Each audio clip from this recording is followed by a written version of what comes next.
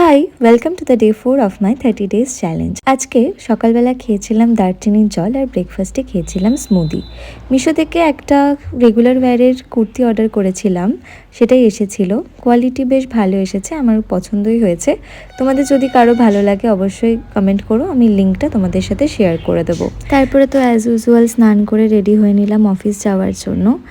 আর আজকে এটা হচ্ছে আমার আউটফিট অফ দ্য ডে। আর ওয়েদারের তো কোনো ভরসা নেই, এই রোদ এই বৃষ্টি। যাওয়ার সময় এত রোদ ছিল আর আসার সময় তো হঠাৎ করেই এত মেঘ করে আসলো আর তারপর ঝমঝম করে বৃষ্টি চলে আসলো। বাড়ি এসে লাঞ্চ করে একটু রেস্ট করলাম আর তারপরে মা আর আমার জন্য বানিয়ে নিলাম চা। আর আজকে চায়ের মধ্যে তো আমি এলাচ আদা সমস্ত কিছু অ্যাড করেছিলাম, খেতেও বেশ ভালোই হয়েছিল।